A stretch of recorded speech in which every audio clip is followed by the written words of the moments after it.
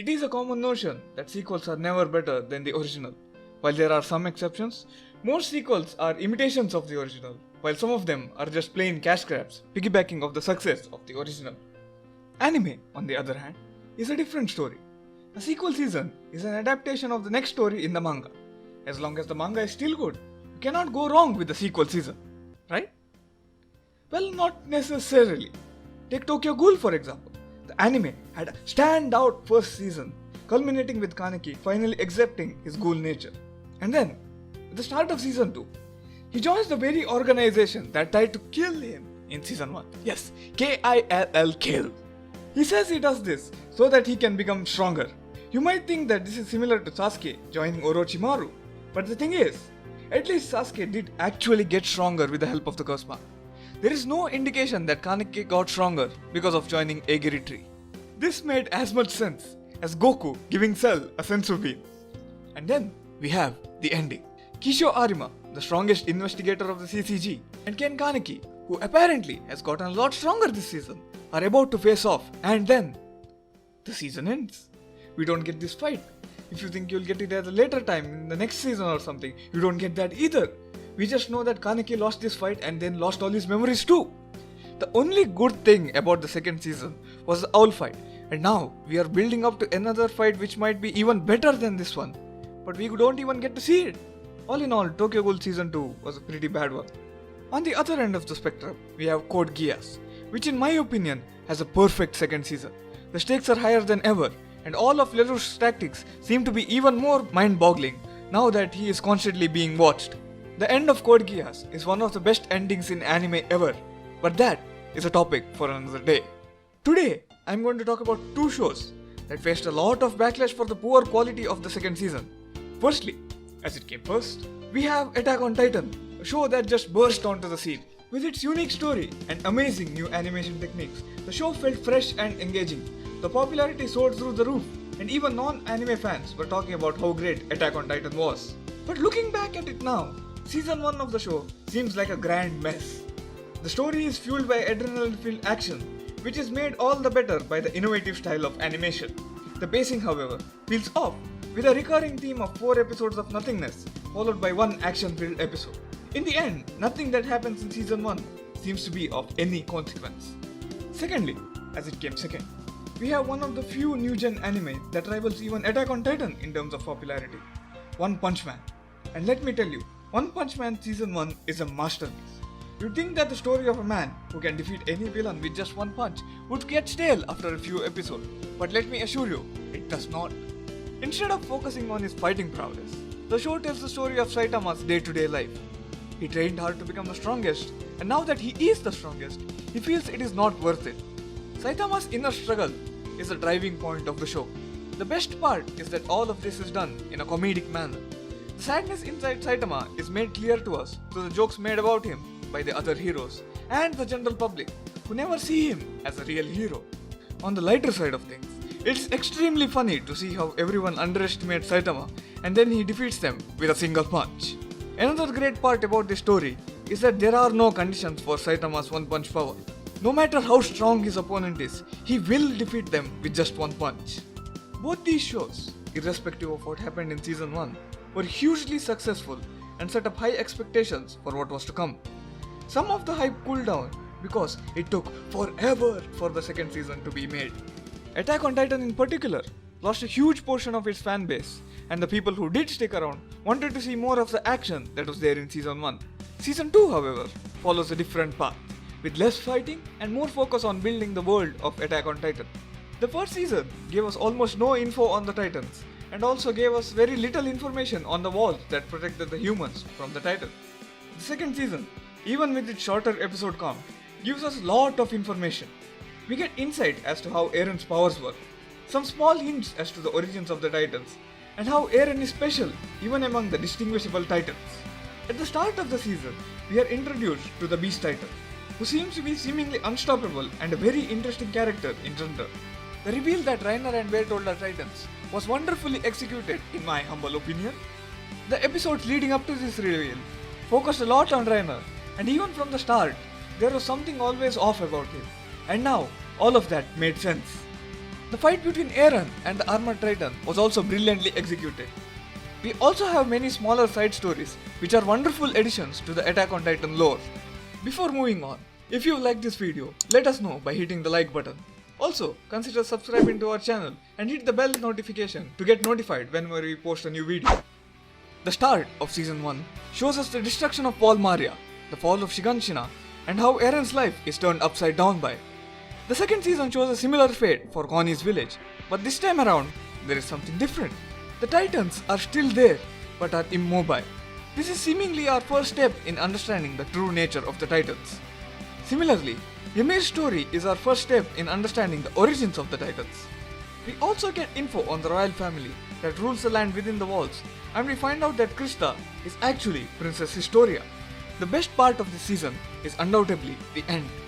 Reyna and Bertold have captured Eren, humanity's only hope against the Titans. Levi is injured and it is up to Erwin to get Eren back. He leads a charge against the Titans but is knocked off his horse and loses his right arm. Hannes, whose team has joined the Survey Corps on this mission, is killed by the same Titan that killed Eren's mom. The Titan now tries to attack Mikasa and Eren, and all hope seems to be lost. In a final defiant move, Eren punches the Titan. As soon as Eren touches the Titan, all the other Titans swarm in and attack it, making way for the Survey Corps' escape. This is a mix of amazing plot and brilliant execution. Now we know why Eren is the key for both the humans and the Titans. Later on we learn that this scene had even more importance than what was thought of initially. This scene leads to a very big reveal at the end of Season 3. And I'm talking about a Luke, I am your father level reveal. The only problem with this season is that there is very little character development. Every character is the same as they were throughout the first season. Yet the story is improved upon so much that this can be easily neglected. Beneath all the messiness of this first season is a truly intriguing and unique story. This is what is fully explored in Season 2 of the show. The hype for One Punch Man, however, never died down. Fans were always eagerly waiting for Season 2. One thing I have not talked about is how amazing the animation is in One Punch Man Season 1. Just look at the fight between Saitama and Genos in episode 5 of Season 1. This is some of the best animation you will ever see. Madhouse really knocked it out of the park with this one, as they do with most other shows. With the second season, however, we saw a change in animation studios and animation directors. Though Season 2 has pretty good animation by normal standards, it falls hopelessly short of the quality of Season 1. A very short production schedule was a big contributing factor for this. Another problem that people had with Season 2 was the lack of Saitama. For the most part of the season-long Monster Association attack, Saitama is taking part in a pointless tournament, which once again has very little Saitama. But the thing is, if Saitama was present during the Monster Association attack, then the season would have ended in like 2 episodes. Even though the villains of Season 1 were weak, they served their purpose by giving us more information on Saitama. The first season is basically an introduction to Saitama, a man who no longer feels the thrill of the fight. Every fight in Season 1 gives us more insight into the mindset of Saitama, and it was great to see him finally get excited at the prospect of fighting Boros. But as it was made clear to us in the fight against the Sea King, no one can stand up to Saitama. So there was no point in making Saitama fight the monsters because most of them pale in comparison to Boros, who himself pales in comparison to Saitama. Season 2, in a sense, can be seen as an introduction to Garou. Every fight that Garou is involved in gives us more info on him. He manages to obliterate even S-rank heroes, but he is not the all-powerful big bad. He hilariously gets knocked out by Saitama, not once, but twice. He even loses to Watchdog Man, off screen. This fight is brilliant in establishing how Garou learns from every fight, whatever the outcome of the fight is. The last episode quite effectively turns Garou from a villain into an anti-hero. He has been fighting throughout the season, and now we get to understand his motives and his beliefs. Just as we start to understand Garou's viewpoint and animosity against heroes, we are also made privy to the disparity between the S-rank heroes and all the other heroes. This just gives us more reason to believe in Garou and the path he's taking. Without a shred of a doubt, Garou is the protagonist of this season. My favorite Garou moment was the fight between Garou and Metal Bat. I did not expect Metal Bat to be such a strong character or even have any type of character development in general. After all, he's just a guy who carries a metal bat. That is his one defining trait. But this dude with a bat manages to subdue Garou, the hero killer, who till now has been going on a rampage. The ending of the fight is quite hilarious. Also, Metal Bat's strength increases the longer the fight goes on, and this is a very intriguing power in a world of Kung Fu masters, cyborgs, monsters, and a man who defeats them all with just one punch. This season also gave us King.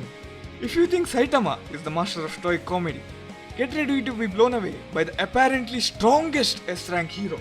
I quite literally lost it when he talks about how the King engine works.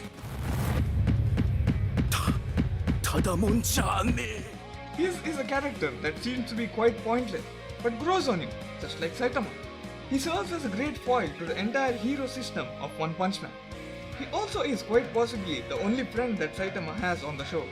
Both of them don't care about the reality of each other's powers and simply want to play games and have a good time. This season also starts to build up the mythos of Saitama. Saitama serves as an inspiration for Suryu when he effortlessly defeats Goketsu. We also hear how other heroes were inspired to become heroes when they were saved by a caved Baldi. Slowly but surely, Saitama is becoming a symbol of heroism. So despite the lower animation quality, this season wonderfully sets up all the non-Saitama characters.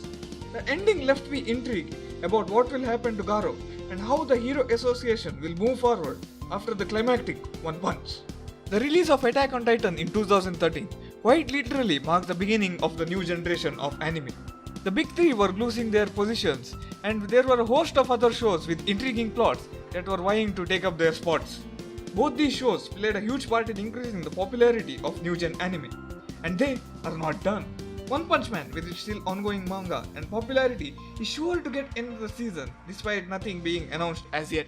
There is still a large amount of story to be told, and fans are sure to be eagerly waiting. Attack on Titan, on the other hand, had an amazing third season, which elevated it to a whole new level. With the fourth and final season just around the corner, it is sure to go out with a bang. These two shows will definitely be remembered as the defining shows of new gen anime. That's all, folks. What did you think about One Punch Man and Attack on Titan Season 2? Let us know in the comments below. And also, subscribe to StageRage for more amazing content.